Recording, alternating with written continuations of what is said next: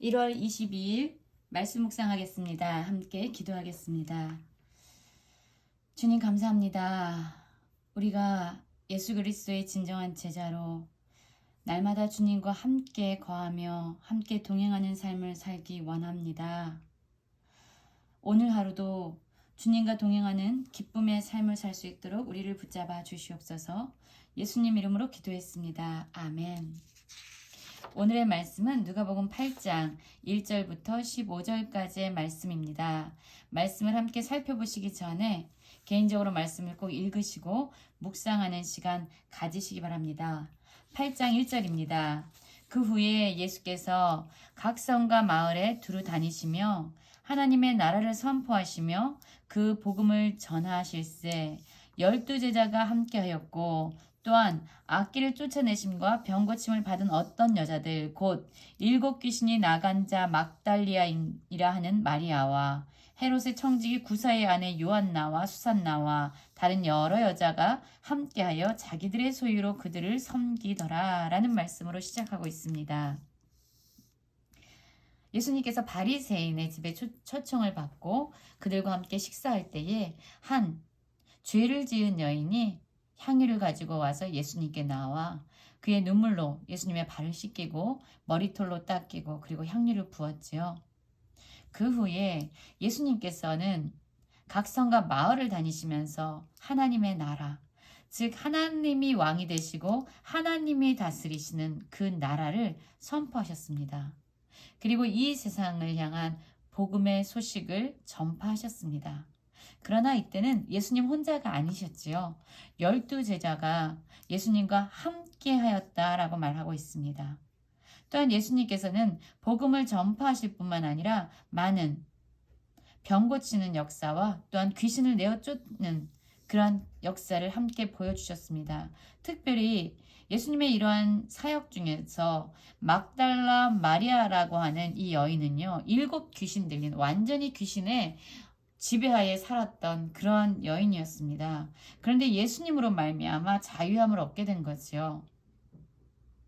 그러자 이 막달라인이라는 마리아뿐만 아니라 많은 여인들이 요한나 수산나 또한 다른 여러 여자들이 함께하여 자기들의 소유로 예수 그리스도와 예수님의 제자들을 섬겼다라고 말씀하고 있습니다. 그렇습니다, 여러분. 주님과 함께하는 삶, 12제자들이 함께했고요. 예수님의 은혜를 입고 또한 그분의 기적으로 말미암아 자유함을 얻은 여인들이 예수님과 함께했습니다. 그리고 이렇게 예수님의 은혜를 받아 누린 자들은요, 마땅히 예수님을 섬기는 자리로 나아가게 됩니다. 자신의 소유를 아끼지 아니하고 예수님을 섬기는 일에 사용하는 것이지요. 우리는 지금 예수 그리스도와 함께하는 삶을 살고 있습니까? 우리들의 삶의 매 순간이 그리스도와 함께하는 삶이 되기를 원합니다. 또한 우리의 삶을 되돌아보면서 우리의 인생에 지금까지 부어주신 하나님의 은혜, 또한 지금 이 순간도 여전히 우리에게 부어주신 하나님의 은혜, 그리고 지금까지 그러하셨듯이 우리가 죽는 그날까지, 아니 우리가 영원히 살아가는 그 순간까지 우리에게 끊임없는 은혜와 사랑을 부어주시는 그 하나님을 깨닫고 그분을 마땅히 섬김으로 반응하며 살아가는 우리가 되기 원합니다.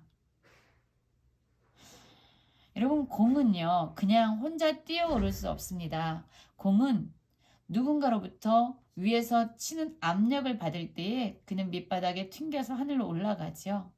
여러분, 우리도 하나님을 섬기고 예수 그리스도에게 진정한 사랑과 헌신을 하는 그런 삶은요, 그냥 되어지는 것이 아니에요.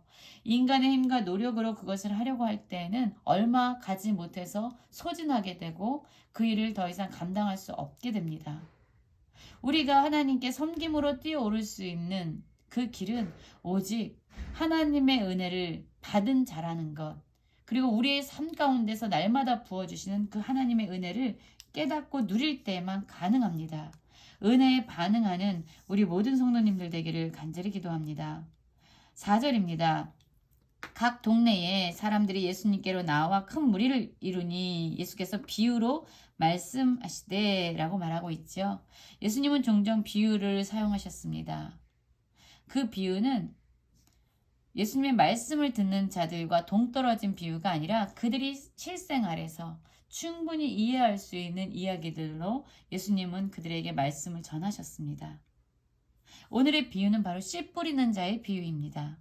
씨를 뿌리는 자가 그 씨를 뿌리러 나가서 뿌릴새 더러는 길가에 떨어짐에 밟힘에 공중의 새들이 먹어버렸고 더러는 바위 위에 떨어짐에 싹이 났다가 습기가 없으므로 말랐고 더러는 가시떨기 속에 떨어짐에 가시가 함께 자라서 기운을 막았고 라고 말씀하고 있지요. 여기서의 씨는 하나님의 말씀을 의미합니다. 생명의 능력이 있는 그 말씀이 뿌려집니다.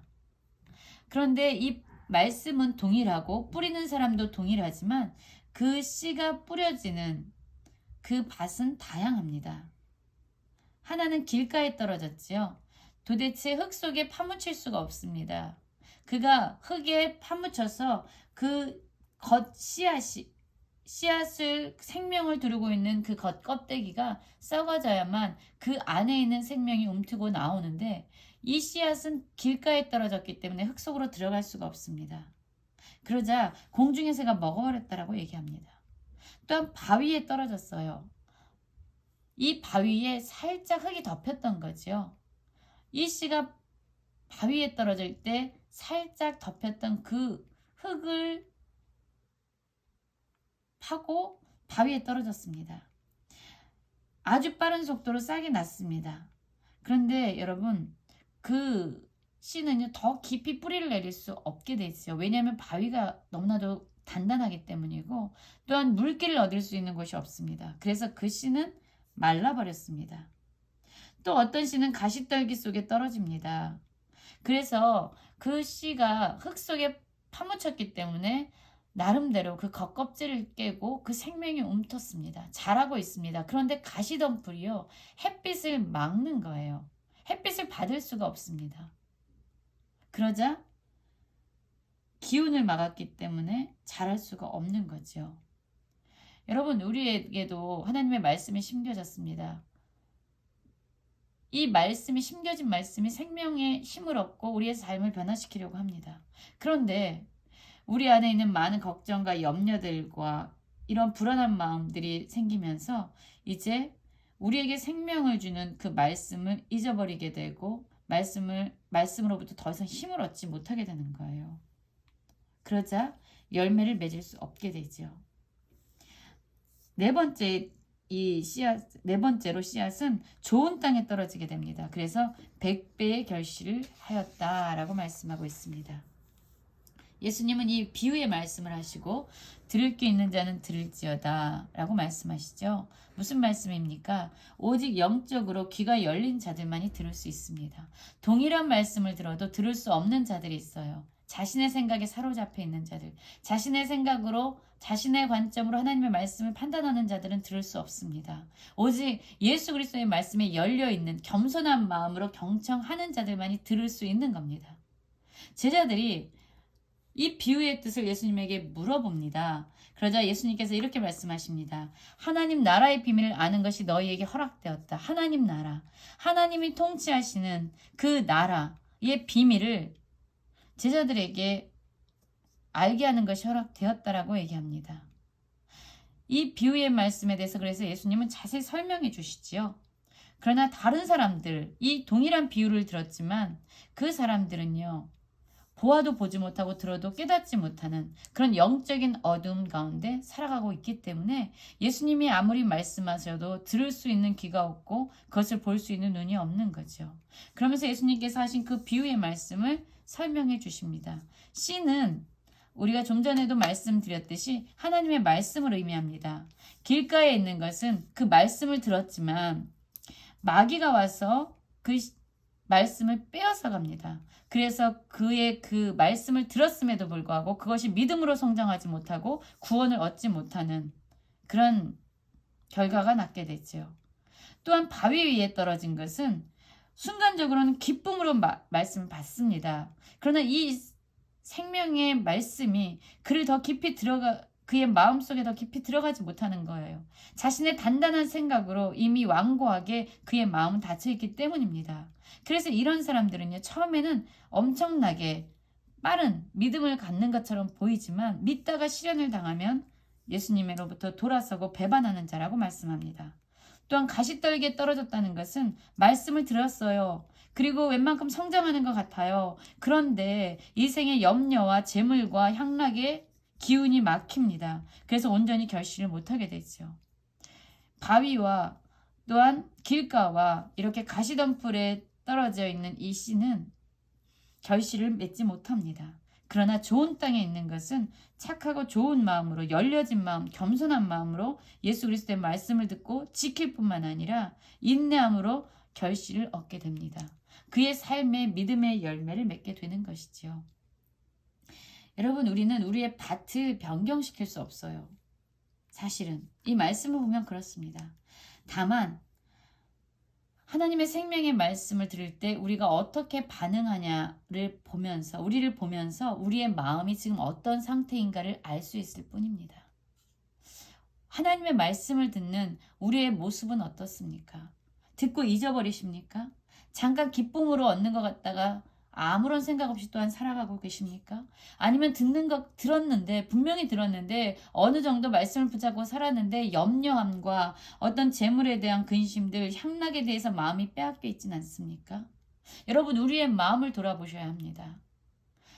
그래서 우리의 마음이 진정 하나님의 말씀을 들을 때, 예수 그리스도의 말씀을 들을 때에 우리의 마음이 겸손해져서 그 말씀으로 말미암아 생명을 힘있고 또한 우리의 삶을 진정으로 변화시키는 그러한 결실을 맺는 아름다운 마음이 되기를 원합니다. 예수님과 함께 하십시오. 그분의 은혜의 기쁨으로 반응하며 섬기십시오.